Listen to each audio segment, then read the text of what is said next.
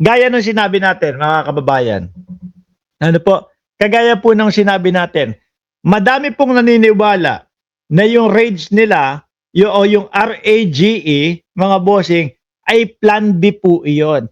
Yun po ang pagpapatunay na ang tumatakbo sa isipan nitong mga Duterte at nitong mga nandoon sa DDS, malaki ang tsansa na matalo yung impeachment ni Inday Sara Duterte. At ang kanila ang pamalit kung sakali man na ma-impeach ang Vice Presidente, wala pong iba kundi si Max Alvarado. Ano ba yun? Ang alam nun, kamukha kasi. Sorry naman. No, kahawig eh. Mga bossing, pagpasensyahan nyo na po. Sandali. Baka mamaya nakaano tayo, baka hindi nyo marinig eh. Ayun, meron naman. Lalakihan ko yan mamaya Lakihan natin kapag kayong nag-uumpisa na. Ano sabi? Kwentuhan muna tayo, Mark. Ilang minuto na lang naman yan eh. Ano na ba? 6 na minuto, 5 minuto na lang mag-uumpisa na ho yan, mga bossing. Reunion ni Sarayan at Kuya Ramil Madriaga. Sabi ni Ardayan, Neil De Luta, baka sa next hearing si Sentry o si Senate or sa Senate if hindi i-foreclose ni na WIG 1.0. Ang tagal. Pero malapit na to. Sana si Trillanes at Mami Pebbles magtestigo din. Sir Mark, magulat tayo, makita natin si Mami Pebbles. Nung nakaraan, kung maalala nyo ho, mga bossing, di ba? Yung kaila Harry Roque, yung kaila Panort, bigla na lang pong lumutang si Mami Pebbles, talakera. Di ba? Baka mabigla ho tayo dyan, mga kababayan. Ilang minuto na lang. Ang aga ko naman kasi pinakita to. Meron pa sana tayo ibang topic. Sige, magkwentuhan na lang po tayo. Ako naman ang kwentuhan ninyo. No? Ako naman ang kwentuhan ninyo. Ang aga ko kasi pinakita ito.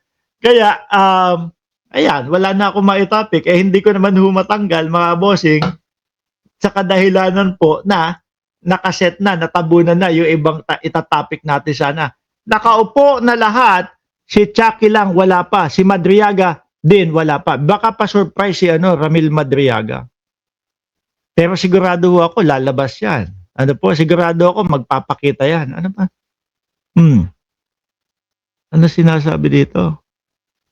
Ito yung meron pa sana tayong mga itatopic no? Kaya lang hindi ko na maalis ito at baka mawala at hindi ko makita na nag-uumpisa. Ligalig ang kampo ni Fiona sa TikTok. Araw-araw live sila. Wala namang dialogo, sabi ni Dukha. Sa final impeachment hearing, Chucky Dal, baka pumunta sila Sentry at saka si Pebbles talakera. Mayayanig yan mga yan. No? Mayayanig ho yung mga yan, mga boss. Maniwala ho kayo. Tagal. wala na tuloy akong masabi. Inalis ko kasi yung mga yung mga topic natin sana ano pa ba? Meron pa nga tayo dito isang topic, yung kay Chis Escudero. Hindi, yung kay Chis Escudero,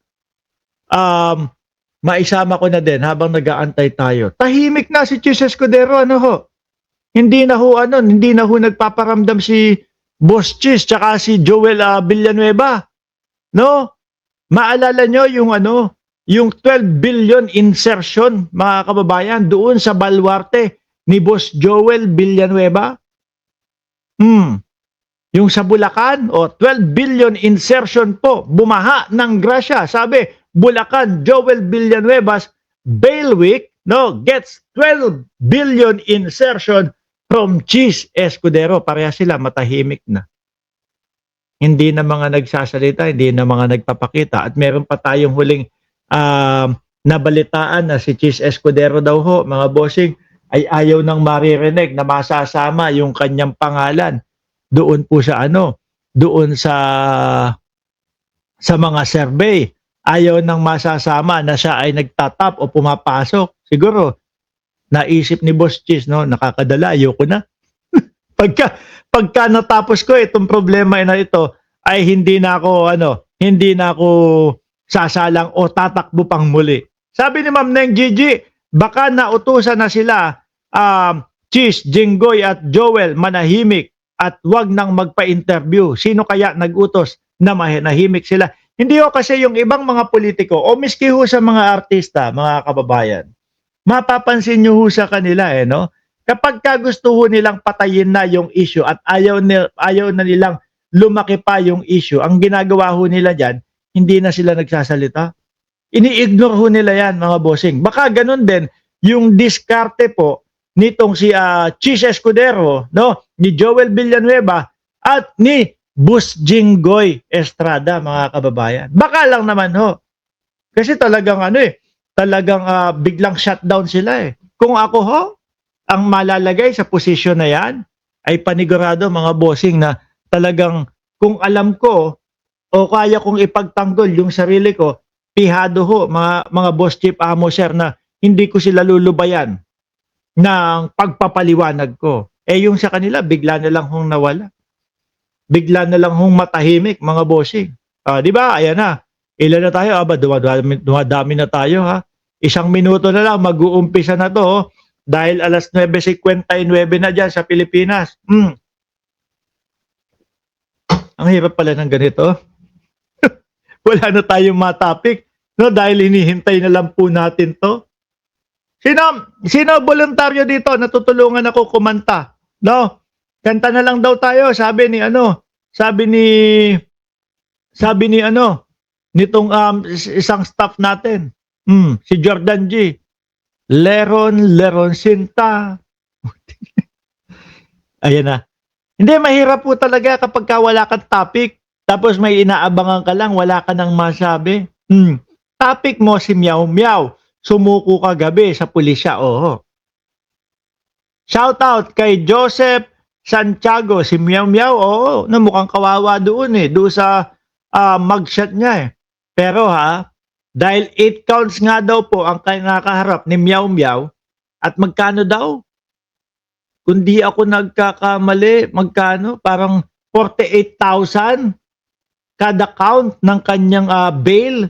So, kailangan niya maglabas o naglabas malamang ng 400,000 para mailabas niya o maibail niya yung kanyang sarili. Uy! House of Representatives! Saktong alas 10 na o 10:01 na nga. Putek na yan, hindi pa din kayo nag-uumpisa. Manang-mana kayo doon sa mga vlogger na laging late. Grabe kayo. Ganito pala pakiramdam ng naghihintay, Manang-mana itong House of Representatives sa mga vlogger na laging late ho, no? 48K per counts, totoo yun. Multiply mo sa 8, o sabihin mo na, 50,000 na lang, no? Wag ng 48, 50,000 na lang, Times mo sa 8, kulang 400,000. Sabi ni Dukha ng Cereza Post, now you know. Hindi ko tayo nalilate Grabe kayo kay Mark Ramos. Kahit po isang beses mga kababayan, hindi ko po kayo pinag-antay. Tamaan ng kidlat si Mark Ramos kapag ka pinag-antay po kayo at kapag ka po nagsisinungaling ako. Nakakabaliw habang nag-aantay. Shout out kay Joel Q. Shout out kay Binuwang ko. Shout out Boss Mark. Sabi ni Delia Rosario, pinatulog na raw si Brother Joel. Takusa ba si Joel? Pinapatulog ng asawa? Uy, maawa naman kayo sa akin. House of Representative, Congress, mag-umpisa na kayo. Putik, wala na. Ayan na. We will begin in 2 minutes. Ayan na. Rinig nyo ba? Naririnig nyo? Ayan na. ang hirap pala kapag late yung host, Kagaya nila. Grabe. O, ayan.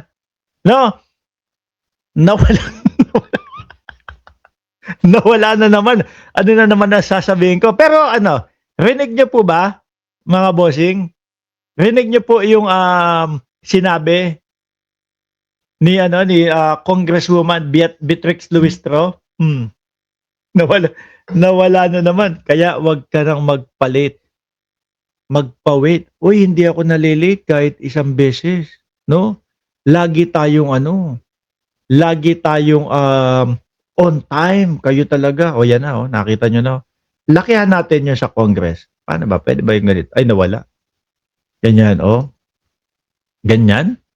O humanap tayo ng ibang spot. Ito? Hindi, mas maliit yan eh. Ito?